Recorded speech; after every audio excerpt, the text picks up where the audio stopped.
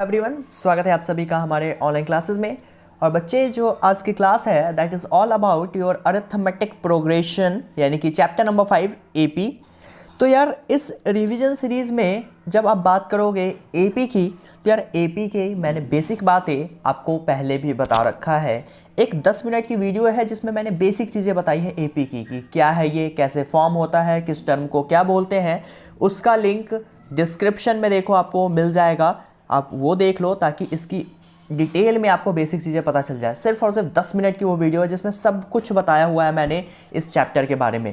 पहले वो देख लो और फिर वहाँ पे आ जाओ, क्योंकि इतना डिटेल में जो मैंने वहाँ बताया है उस वीडियो में, वो चीज़ मैं आज बात नहीं करूँगा, क्योंकि रिवीजन का टाइम है, तो वो सारी डिटेल्स चीज़ नहीं बताऊँगा, वहाँ देख लो आप। ठीक है, मैं यहाँ पे कुछ बेसिक बातें बताने जा रहा हूँ, उसके बाद क्वेश्चंस की तरफ मूव ऑन करूँगे, जो कि इंपॉर्टेंट फैक्टर है इस चैप्टर के लिए।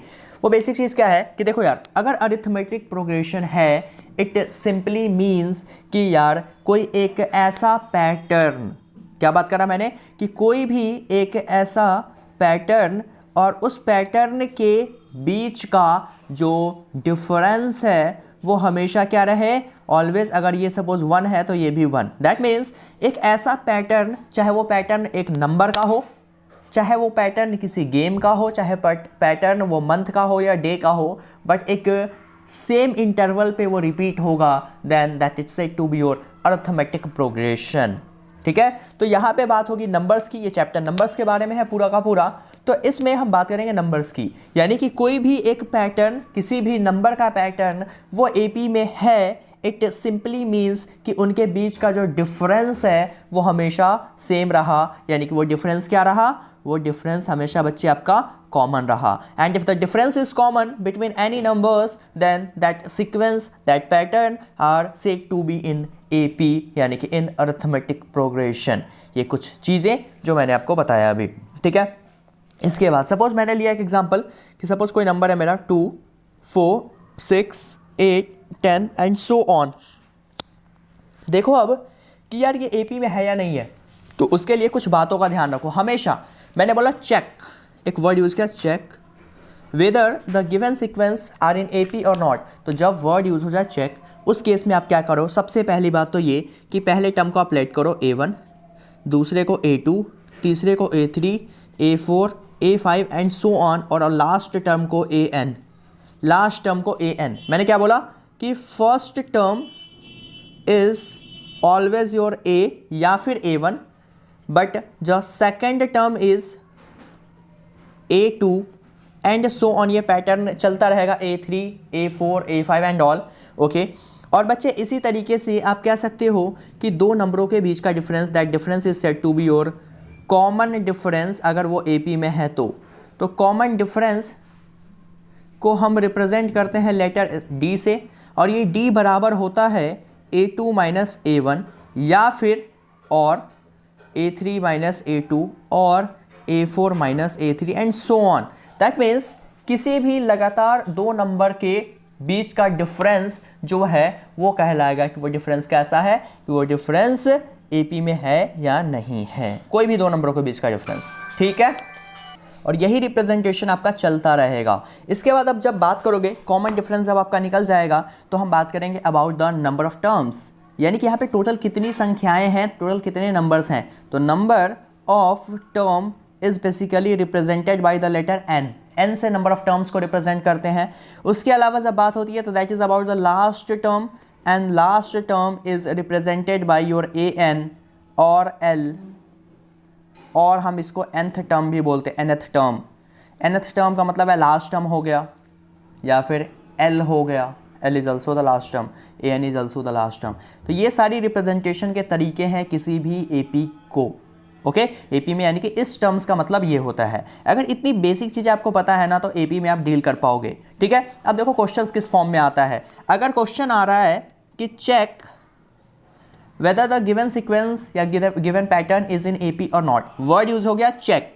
उस केस में आप क्या करोगे यार, उसने बोला अभी चेक करो कि एपी में है या नहीं है। इसने पहले ये नहीं बोला कि एपी है, उसने बोला चेक करो।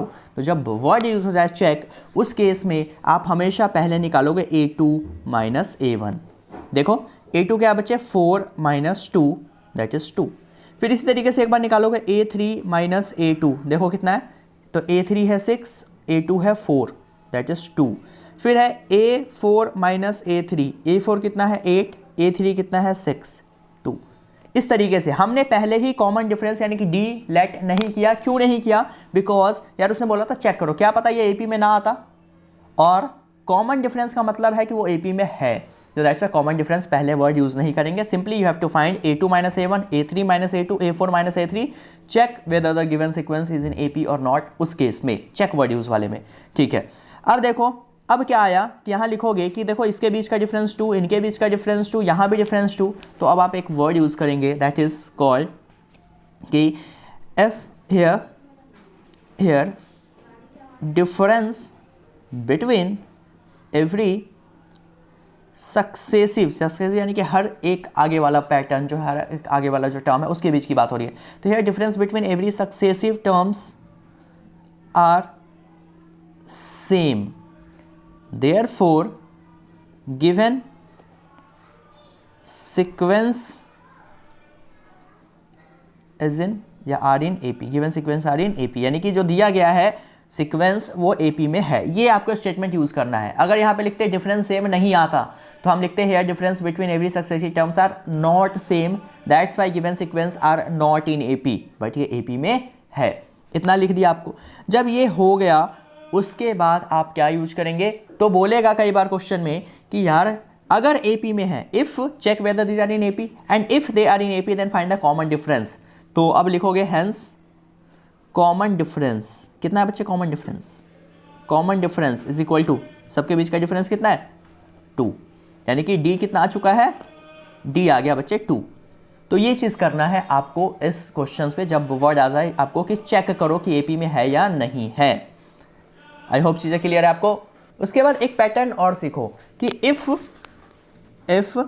Any 3 numbers are in AP, any 3 number are in AP, अगर कोई भी 3 नंबर AP में है तो हमेशा देन ट्वाइस ऑफ, यानी कि twice of second term is equal to sum of first term and third term के बराबर होगा। दैट मीन्स कहने का मतलब ये है कि कोई भी नंबर अगर AP में है, सपोज मैंने लिया कि 4, 6 और 8, अगर ये AP में है, कैसे पता चलेगा AP में है या नहीं है, इनके बीच का देखो डिफरेंस सेम होना चाहिए, ठीक है ना।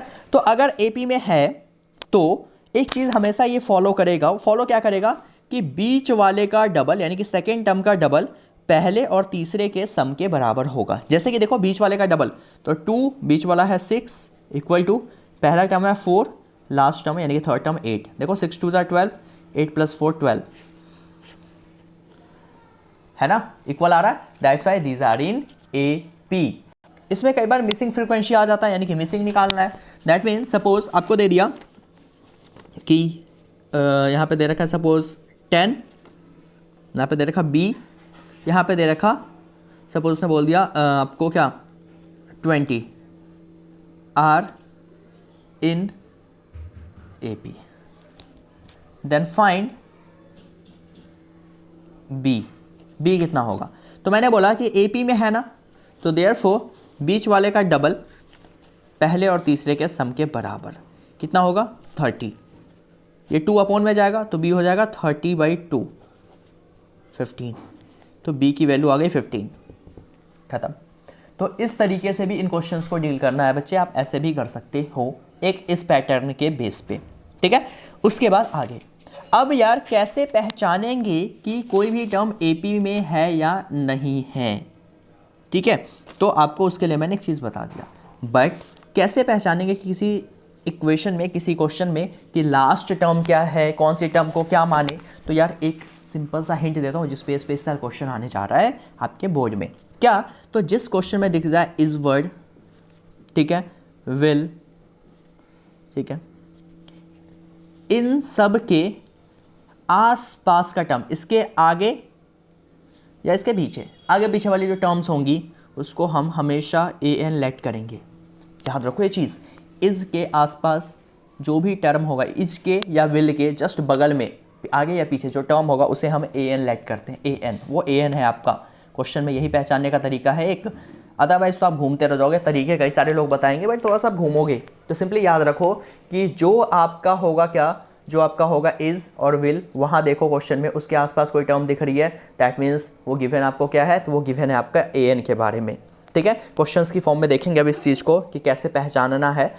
ओके और जब ए एन मिल गया, किसी भी क्वेश्चन में सबसे पहला काम होता है आपको ए एन फाइंड आउट करना। अगर ए एन मिल गया तो यार आपको पता है ए एन का एक बेसिक फॉर्मूला, वो फॉर्मूला है a plus n minus one into d, where a is the first term, d is the common difference and n is the number of terms. A n पता है, ए या D दोनों पता होगा और N निकालना होगा, आप निकाल सकते हो। या इन तीन में से कोई भी दो वेरिएबल पता है, एक नहीं पता है, तो आप इजीली निकाल सकते हो क्योंकि ये तो पता होगा, है ना। तो यार इस पैटर्न पे कई सारे क्वेश्चंस को आप सॉल्व कर पाएंगे और इन्हीं पैटर्न पे क्वेश्चन आएगा कि जहाँ पे इक्वेशंस फॉर्म होता है, डायरेक्ट क्वेश्चन का ही नहीं आता कि हाँ ए दे रखा है डी दे रखा है, आपको जहाँ पे इक्वेशंस फॉर्म आउट होगा। ठीक है, ओके, तो ये सारी चीज़ें आप ध्यान देंगे। मैं एक दो एनसीईआरटी के ही क्वेश्चंस उठा रहा हूँ, आफ्टर दैट चलेंगे आगे। देखो इसमें बोला है ए दे रखा है, डी दे रखा है, बोला find first three terms, find first three terms. ये एक्सरसाइज 5.1 में क्वेश्चन नंबर 2 जो है ना, इसी पैटर्न पे चलेगा। फाइंड थर्ड थ्री टर्म बोले, फाइंड फर्स्ट 4 टर्म्स बोले, आपको निकाल देना है। कैसे निकलेगा, तो देखो ए गिवन है, डी गिवन है, तो that is the first term ना, A1 को ही फर्स्ट टर्म बोलते हैं। सेकेंड टर्म क्या होगा, तो A2। सेकेंड टर्म को हम कैसे लिखेंगे, तो that is A plus D, हमेशा A प्लस डी। ओके देखो A कितना है, -1 प्लस डी है 1/2। देखो एलसीएम लो, 2 1 जा 2, माइनस में प्लस 1 है 2, 2 में से 1 गया तो 1, तो 1/2, दैट इज A2। फिर A3 कैसे लिखेंगे, तो A3 लिखेंगे A प्लस 2D। अब कहोगे सर कहाँ से आ रहा है, तो यार इसमें पुट कर रहा हूँ। देखो आपको थर्ड टर्म लिखना, that means number of terms कितने हैं, 3, थर्ड टर्म, इसका मतलब 3। यहाँ पे पुट करो A प्लस 3 - 1, 3 - 1 यानी कि 2D।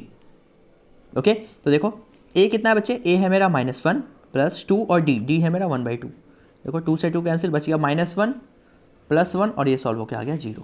उसका लिखना है, सपोज मुझे फर्स्ट 3 टर्म्स लिखना है, पहला टर्म हो गया, दूसरा टर्म हो गया, तीसरा टर्म हो गया, खत्म। अगर बोलता फर्स्ट 4 टर्म्स, सपोज इसने बोल दिया फर्स्ट 3 टर्म्स, फर्स्ट 4 टर्म, अगर फर्स्ट 4 बोलता तो हम यहाँ पे A4 भी निकाल देते, दैट इज A प्लस 4 - 1 यानी कि 3D। फिर A की वैल्यू पुट करते हैं, D की वैल्यू पुट करते हैं, सॉल्व हो जाता। तो बच्चे ध्यान ये देना है कि जो भी टर्म आपको बोले, सपोज मैंने बोला फाइंड द 100th टर्म, तो ऐसा नहीं कि A100 इज इक्वल टू लिख रहे हैं A प्लस 100 - 1 नहीं, सिंपली लिखो A100 is equal to A plus 90 जो पूछूं उससे हमेशा एक कम, इसी फॉर्मूले के बेस पे वो सॉल्व आउट हो जाएगा। बस हाँ साइड में फॉर्मूला जरूर लिखो कि कौन सा फॉर्मूला यूज़ हुआ है, याद है। ओके अगर आपको बोला है find the common difference, then सब आराम से दूसरे टर्म में से पहले को माइनस कर दो, तीसरे में से दूसरे को माइनस कर दो, सॉल्व आउट हो जाएगा क्वेश्चन। ठीक है ओके उसके बाद अगर सपोज दे दिया एक AP क्वेश्चन, ऐसा दे दिया, क्वेश्चन नंबर 3 है आपके 5.1 में, ऐसा ही कुछ 3 1 -1 -3 एंड सो ऑन। उसने बोल दिया कि find first term and common difference, क्या वर्ड यूज़ किया, find first term and common difference. तो सिंपली यार AP में है ये, आपको बोला है फर्स्ट टर्म, तो फर्स्ट टर्म तो आपको पता ही है जो पहला दिख रहा है, तो A = 3, that is the first term. What is the common difference, तो दैट इज A2 - A1, लिख दो पहले। A2 की जगह देखो क्या है 1, A1 की जगह 3, दोनों को माइनस किया तो आ गया -2। साइन का जरूर ध्यान देना है, प्लस माइनस का। तो इस तरीके से आप निकाल सकते हो कॉमन डिफरेंस। उसके बाद जो 4th क्वेश्चन है वो मैंने आपको पहले ही बता दिया। आपका जो बच्चे क्वेश्चन नंबर है इसमें 4th वो मैंने बता ही दिया। उसके बाद ये तो यहीं पे ख़त्म हो जाता है। अब ज़रा आएगा, आगे मूव करेंगे तो कहता है कि find the 11th term from last of the AP, from last of the AP या from and of the AP। और AP दे रखा क्या, तो 10 7 4 ... -62, ठीक है, -62 ये दे रखा है। उससे बोला find the 11th term from the last of the AP। बच्चे यार लास्ट से जब वर्ड आ जाए, 2 नंबर का इंपॉर्टेंट क्वेश्चन है, जब वर्ड यूज हो जाए लास्ट, उस केस में आप क्या करोगे कि देखो जो सबसे लास्ट टर्म है जो सबसे लास्ट टर्म है वो बन जाएगा आपका पहला टर्म, वो बन जाएगा पहला टर्म। क्यों? क्योंकि उसने लास्ट से बोला, यानी कि AP उल्टा हो चुका है, AP उल्टा हो चुका है, AP अब ये हो चुका है 62, सब कुछ उल्टा लिख दो, dot dot dot 4 7 10, that means this become your last term becomes your first term, क्योंकि पीछे से हम देख रहे हैं। ओके, तो देखो A हो गया। तो यार व्हाट अबाउट द D? तो D कैसे निकलता था? A2 माइनस A1 ना, A2 माइनस A1, तो पीछे से देख रहा तो उल्टा होगा, that is A1 minus A2। क्यों? क्योंकि यहाँ पे हमने वर्ड यूज़ किया फ्रॉम लास्ट, ये जरूर लिख दो, फ्रॉम लास्ट या फ्रॉम एंड। D कितना हो जाएगा? तो D ऐसे जब नॉर्मल कंडीशन होता तो होता A2 माइनस A1, बट ये कंडीशन उल्टा है तो दैट्स वाई वो भी A1 minus A2 simply. A1 देखो कितना है 10, A2 कितना है 7, यानी कि ये आ चुका है सॉल्व होकर 3। ठीक है, तो आपको D भी मिल गया। ओके, उसके बाद अब आप निकालेंगे AN। AN कितना है? देखो पीछे से देख रहे हैं तो AN अब हमारा हो जाएगा पहला टर्म 10। AN का फॉर्मूला कितना होता है तो आपको पता ही है, A plus n minus 1 into d. But हमें यार इसकी ज़रूरत ही नहीं, हमें बोला है फाइंड द 11th टर्म, तो A11 कितना हो जाएगा? तो A प्लस 10D कहाँ से आया? तो यहाँ पे फॉर्मूला लिख दो, AN is equal to A plus n minus 1 into d, ये फॉर्मूला यूज़ किया है बस।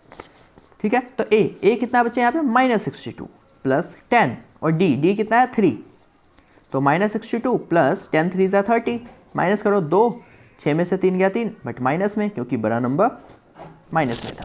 तो ये आ गया आपका 11th term from the end of the AP। करने के आपको कई सारे तरीके हैं, but we are doing the simplest one. ये आपके बुक का एग्जाम्पल नंबर 8 है। एग्जाम्पल 8 देखोगे, कई सारे लंबे लंबे सॉल्यूशंस है, हमें नहीं करना। ठीक है, उसके बाद एक और इम्पॉर्टेंट क्वेश्चन जो आया हुआ है पेपरों में कई बार, ठीक है, कह रहा है कि चेक, ये एग्जाम्पल 6 है आपका बेसिकली। ठीक है, कह रहा है कि चेक करो whether 301 is a term of list of numbers 5 11 17 23 and so on, है ना। ये बोला है, कह रहा है कि यार चेक करो कि 301 जो है इस AP का या इसमें से जो नंबर्स दिए गए इसका टर्म है या नहीं है। तो बच्चे ध्यान दो, जब भी ऐसा क्वेश्चन आ जाए चेक करो कि यार जो ये टर्म है इसका है या नहीं। तो बात हो रही टर्म चेक करने की, तो याद रखो टर्म अगर होगा इसका, इट मीन्स जब आप इसको सॉल्व करोगे तो n की वैल्यू हमेशा एक पॉजिटिव नेचुरल नंबर आएगा, या फिर आप कह लो कि होल नंबर आएगा। नेचुरल नंबर या फिर होल नंबर, होल तो नहीं क्योंकि 0 से स्टार्ट होता है, तो 0 को हटा के that means basically your natural number. ठीक है ना, तो नेचुरल नंबर आएगा पॉजिटिव, दैट मीन्स वो फ्रैक्शन नहीं हो सकता, n की वैल्यू कभी डेसिमल नहीं हो सकता, n की वैल्यू कभी आपका क्या कहते हैं नेगेटिव नहीं हो सकता। ठीक है, n हमेशा प्रॉपर एक पॉजिटिव नेचुरल नंबर आएगा, without decimal, without fraction, without any root, without any irrational. तो हम कहेंगे कि भाई जो गिवन चेक करना था, यानी कि जो भी टर्म्स, वो इसका है। अगर वो आ गया नेगेटिव एंड ऑल, तो हम कहेंगे उसका नहीं है टर्म। ठीक है, तो देखो क्या करेंगे ऐसे क्वेश्चंस में। तो सबसे पहले आप करेंगे A 5, जब बात हो टर्म तो टर्म निकाल दो, तो A है 5, व्हाट अबाउट D? तो D होता है A2 माइनस A1। A2 है बच्चे 11, A1 है 5, दोनों को माइनस करके आ गया D6। What about the AN? क्या AN पता है? तो AN हमें पता है, आप कहेंगे नहीं बट AN पता है। आप देख रहे हो डॉट, बट उसने बोला चेक वेदर दैट इज, अभी कुछ देर पहले बताया कि इज के आगे पीछे वाली जो टर्म होती है दैट इज और AN। तो इज के पहले क्या है? 301, तो देखो AN है आपका 301, बट AN का फॉर्मूला होता है A plus n minus 1 into d, that is 301। A कितना है? 5, n माइनस 1, D कितना है? 6। ठीक है, 301 प्लस 5 वहाँ गया तो माइनस। ठीक है, दोनों को माइनस करो, 296, सॉरी एक सेकेंड, देखो 6 अपॉन में क्या है ना, इसको कैंसिल आउट करो यार, ये कैंसिल नहीं होगा। 2 से देखो 3 टाइम्स, 2 से 2 1 जा, और 2 हो जाएगा 4 जा 2 8 जा, 8 4 12 1 13, 13 is not divisible by 3, that's why whole number is not divisible by 3।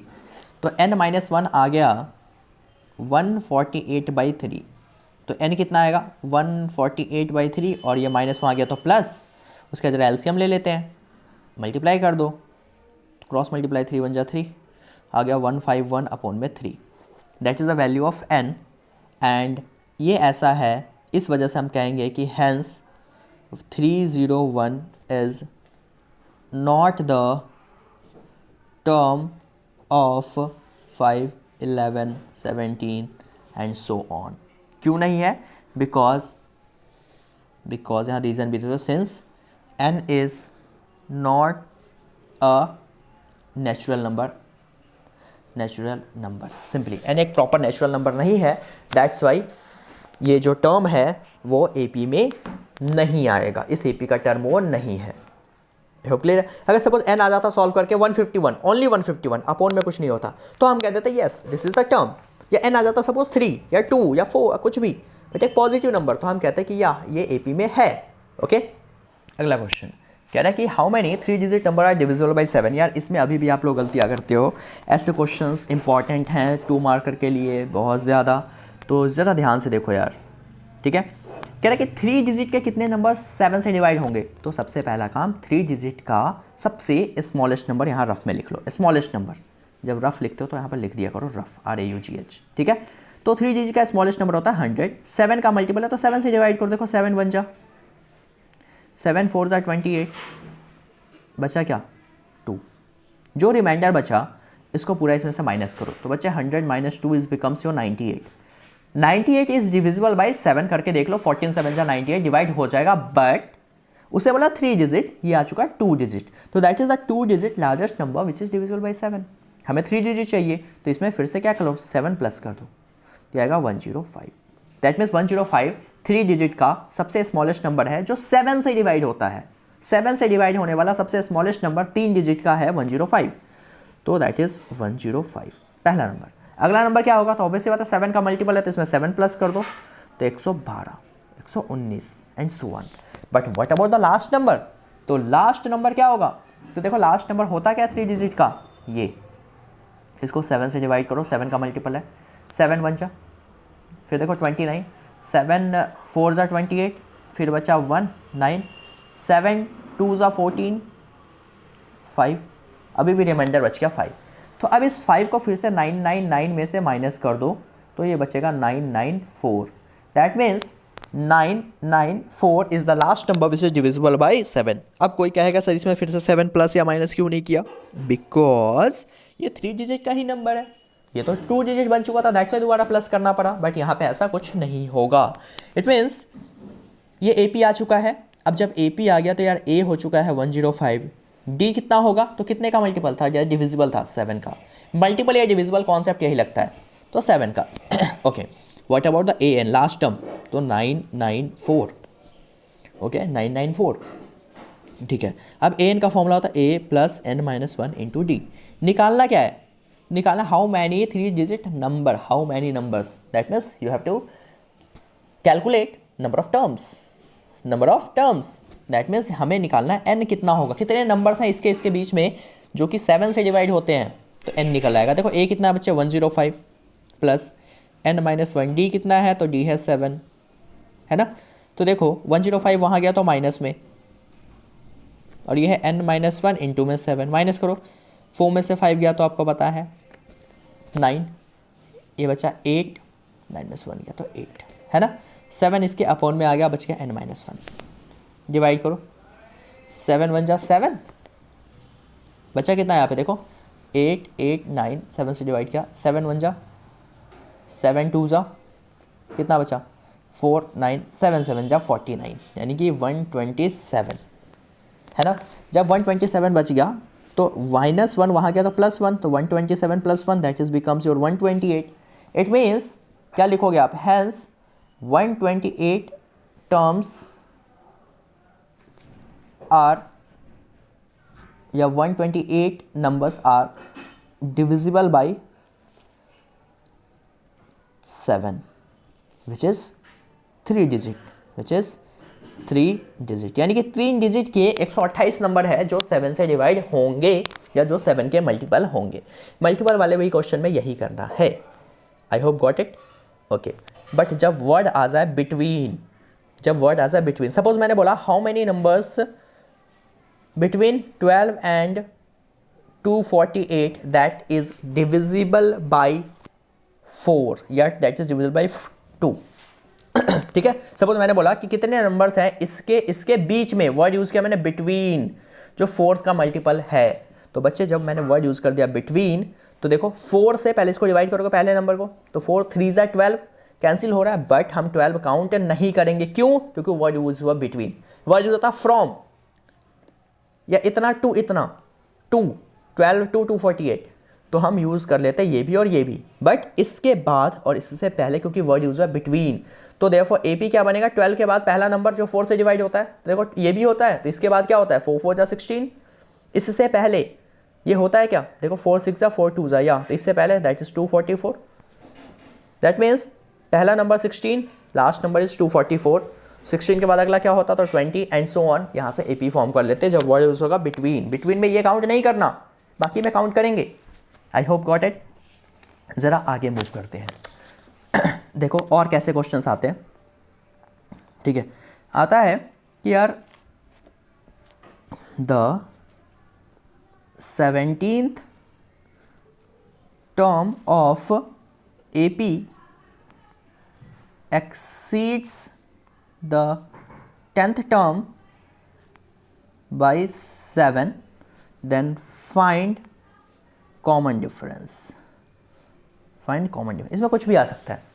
कह रहा है 17th term of AP। Okay, देखो कैसे सॉल्व करना है। 17th यानी कि A17, कह रहा है exceed 10th term, 10th term यानी कि A10, एक्सीड यानी कि ज़्यादा, प्लस बाई 7 यानी कि 7 से, एक्सीड यानी कि प्लस, या मोर यानी कि प्लस, टाइम्स होता तो मल्टीप्लाई। तो A17 का मतलब है A प्लस 16D, A10 का मतलब है A plus 9D plus 7। A से ये दोनों साइड कैंसिल, 16D है, ये 9D यहाँ आएगा माइनस में, 16 में से 9 गया 7D, 7 से 7 कैंसिल, D आ गया 1, खत्म। आप लोग बहुत ज़्यादा गलतियाँ करते हो इन क्वेश्चंस में, बिकॉज यार आप भागते हो पता किस चीज़ की तरफ, पूरे स्टेटमेंट की तरफ एक बार, है ना। ओके, अब जरा देखो इसी का मैं आगे क्वेश्चन करा रहा हूँ, कौन सा आपका कह रहा है डेटामाइन 16, डेटामाइन AP whose third term is 16 and 7th term exceed the 5th term by 12। Determine the AP, okay, whose third term, कह रहा है क्वेश्चन नंबर 16 है एक्सरसाइज का। ठीक है, तो third term is 16, third term is 16 यानी कि A3 is 16 and 7th term यानी कि A7 एक्सीड यानी कि equal to 5th term by यानी कि 12। तो 5th यानी कि A5, 5th टर्म यानी कि A5। कह रहा है कि A3 16 है, third term is 16 and 7th term यानी कि A7 दैट एक्सीड बाई 12 किससे, तो A5 से, यानी कि 5वीं टर्म से 12 ज़्यादा है।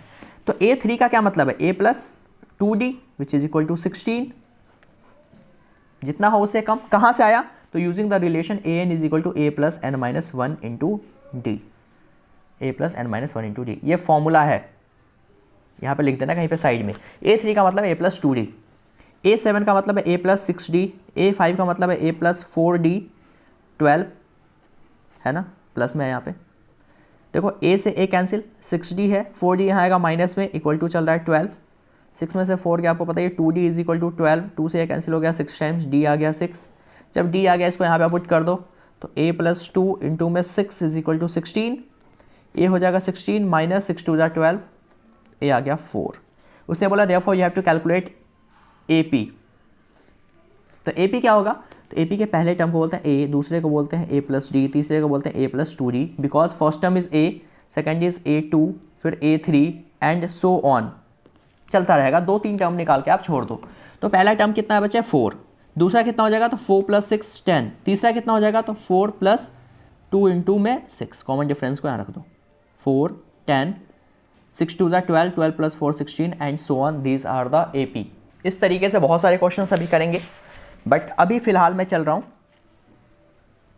सम के कॉन्सेप्ट की तरफ। ठीक है ना, सम, जब बात होगी सम की, that means sum, it means SN, sum of terms. तो SN, इसका फॉर्मूला होता है n/2 bracket 2A plus n minus 1 into D। आपको n पता है number of terms, S denotes the sum, A is the first term, D is the common difference and all. Okay, और SN का दूसरा फॉर्मूला होता है n/2 A plus L, ये कहाँ से आया फॉर्मूला, तो basically l is your last term और एल का फॉर्मूला आपको पता ही है a plus n minus one into d, है ना, ए एन। देखो अगर मैं यहाँ पे पुट कर दूंगा तो देखो एन बाई टू पहले से है, ए पहले से, और एल की जगह मैं पुट करूँ a plus n minus one into में डी, तो क्या बनेगा a plus a two a plus n minus one into d. यही फॉर्मूला बन गया फिर से। तो यस दोनों सेम फॉर्मूलाज है, बट जो चीज़ें डेटाज गिवन है उस हिसाब से हम इसका यूज़ करेंगे, जो भी गिवन होगा उस हिसाब से इसका यूज़ करेंगे। ओके, दूसरी चीज़, कब सम का फॉर्मूला लगाना है, कब लगाना है बेसिक फॉर्मूला। तो यार देखो इसके लिए एक पैटर्न बताता हूँ। जब आप देखोगे तो यार किसी क्वेश्चन में ऐसा वर्ड यूज होगा, जैसे यहाँ पे बोला है sum of fourth and eighth term of AP, sum of fourth and eighth term. देखो यहाँ पे क्या कह रहा है, सम है, तो ऐसा नहीं कि सम का फॉर्मूला, उसने बोला है किसका सम, तो उसने बोला है फोर्थ एंड एट्थ टर्म का सम, बोला है ना, दैट मीन्स दो अलग अलग टर्म्स का सम है, दैट्स वाई यहाँ पे फॉर्मूला लगेगा ए एन का। जब दो डिफरेंट टू टर्म्स का सम, टू टर्म्स का सम, उस केस में ए एन का फॉर्मूला। और इफ सिंपली बोला है sum of seventh term of A P is, अब जैसे बोलते हैं एक ही टर्म का सम है बट उसका कुछ दे रखा है निकालना है, उस केस में एस एन का फॉर्मूला। जब बात होगी सिर्फ और सिर्फ किसी एक पर्टिकुलर टर्म का सम तो एस एन का फॉर्मूला, जब बात होगी किसी दो डिफरेंट टर्म्स का सम तो आपका ए एन का फॉर्मूला। एक क्वेश्चन करके इस पर दिखाता हूँ आपको ताकि समझ आ जाए। जरा एनसीईआरटी का ही अभी फिलहाल क्वेश्चन नंबर 18 देखो, कह रहा है कि sum of fourth and eighth term, तो फोर्थ यानी कि a four plus a eight, देखो दो डिफरेंट टर्म्स है, दैट्स वाई मैंने लगाया यहाँ पे ए एन वाला फॉर्मूला। तो a four plus a eight is must equal to 24। उसने बोला है कि sum of fourth and eighth term of A P is 24। Okay, and आगे है दूसरा कंडीशन, उसके जाने से पहले अभी इसको जरा सॉल्व करते हैं। देखो कैसे, ए फोर का मतलब है a plus 3d, A eight का मतलब है a plus 7d which is equal to 24, a plus a two a 7 plus 3 10, दोनों से कुछ कॉमन है बिल्कुल, ए प्लस बच गया यहाँ पे 5d, है ना, 2 से ये कैंसिल होगा 12 टाइम्स, तो बच गया a plus 5d is equal to 12 and that is equation number 1। जरा अगला कंडीशन कह रहा है कि and the sum of sixth and tenth term, तो sixth and tenth term is equal to कितना है 44, इज 44। ए सिक्स का मतलब है a प्लस 5d, ए 10 का मतलब है a प्लस 9d, 44। बच्चे a प्लस a फिर से देखो 2a, 9 प्लस 5 पता ही आपको 14 इज इक्वल टू 44, 2 कॉमन आएगा फिर से, तो a plus 7d which is equal to 44, 2 से कैंसिल होगा 22 टाइम्स, तो a प्लस 7d आ चुका है 22। ये सेकेंड इक्वेशन। जब बार बार कह रहा हूँ जब भी बात हो दो अलग अलग टर्म्स की, यहाँ पे दो डिफरेंट टर्म्स का सम है तो ए एन का फॉर्मूला, ठीक है, अभी उस पर भी दिखाऊंगा कि सम का कब लगेगा। अब ये दोनों आ गया तो लिख दो फ्रॉम इक्वेशन 1 एंड 2, जो आपको इजी लगता है एलिमिनेशन सब्स्टिट्यूशन लगाओ।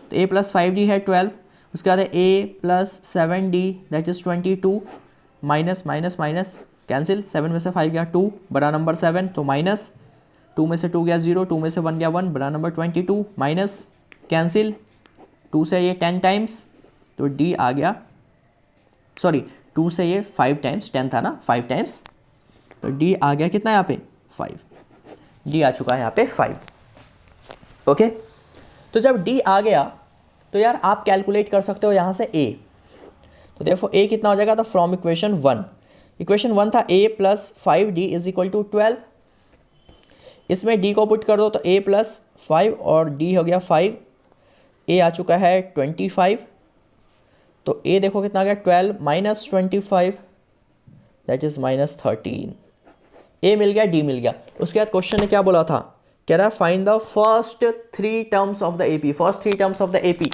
तो लास्ट में वही आपको पता ही है, हैंस फर्स्ट 3 टर्म्स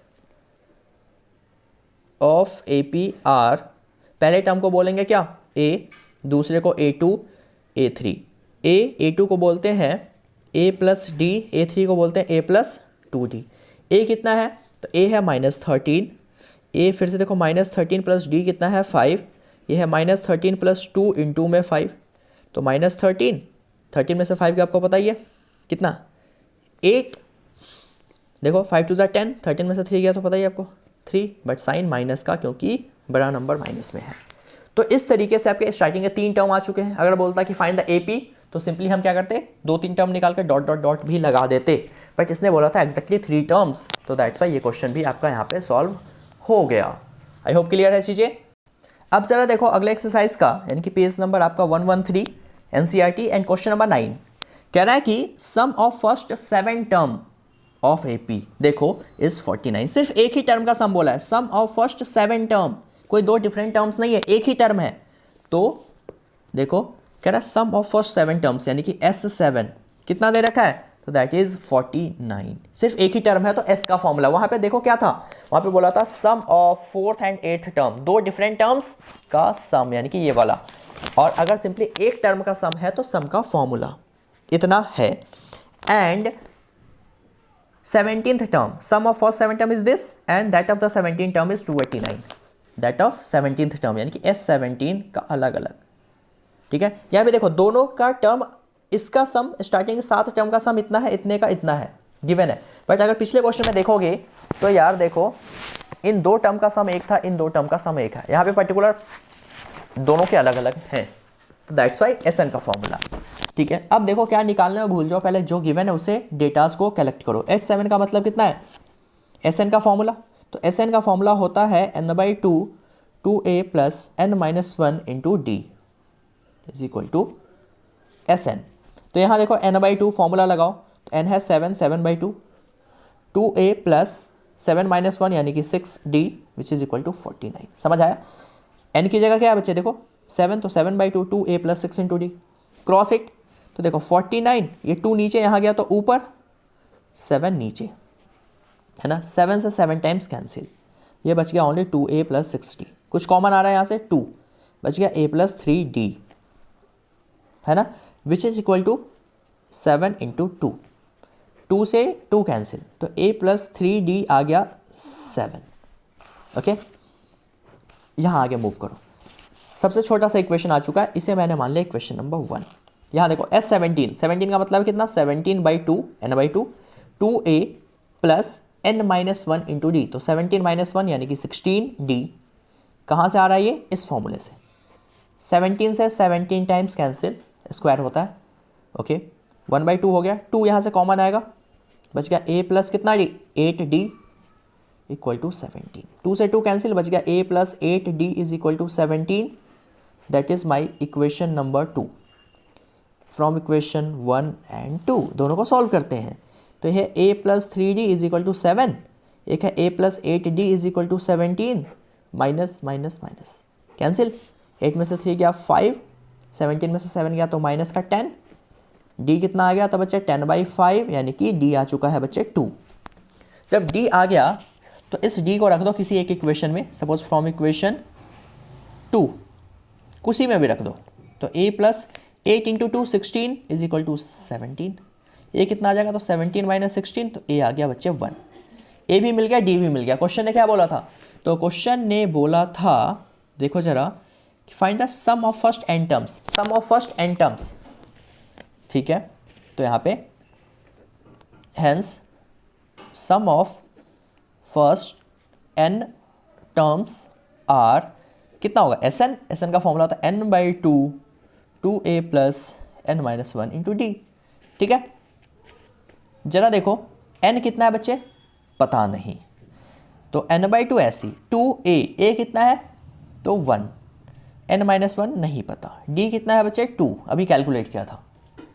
ठीक है, n की टर्म्स में आंसर आएगा, तो n/2 2 प्लस देखो 2n - 2 1 = 2, प्लस माइनस कैंसिल, तो n/2 ये बच गया कितना, 2n, 2 से 2 गया तो सिंपली बच गया n का square, and that is your SN, and that is the most important question of this exercise या ऑफ होल चैप्टर।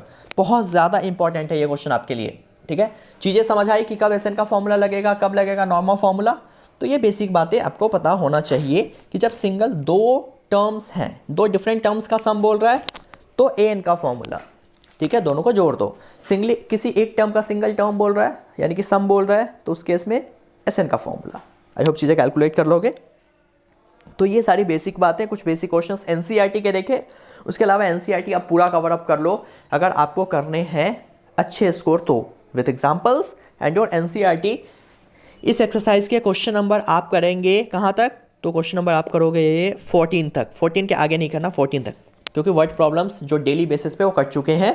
पहले एक्सरसाइज का इस यानी कि एक्सरसाइज 5.1 का फर्स्ट क्वेश्चन मत करो, ठीक है। उसके बाद जब बात करोगे इससे पिछला एक्सरसाइज यानी कि 5.2 का, तो 5.2 में आप लास्ट के 2 क्वेश्चन मत करना, 18 तक करना है और इस एक्सरसाइज के 14 तक करना है, ठीक है। तो ये सारी चीज़ें कर लो, एग्जांपल्स कर लो। उसके अलावा जो अगली क्लास है उसमें मैं कराऊंगा मोस्ट इंपॉर्टेंट क्वेश्चंस जो अलग से बन सकते हैं इस चैप्टर के। आज मैंने बेसिक बातें बताई और एनसीईआरटी के क्वेश्चंस जो इंपॉर्टेंट थे कवर अप कर लिया है। अब आगे अगली बारी आपकी, अब आप करो, फिर मैं कराऊंगा अलग से क्वेश्चंस। जो डाउट्स है क्लियर करो मुझसे। बाकी मिलते हैं अपनी अगली क्लास में, तब तक के लिए बाय बाय। वीडियो अच्छी लगी लाइक करो, सब्सक्राइब करो, मिलते हैं आगे में। Thank you so much.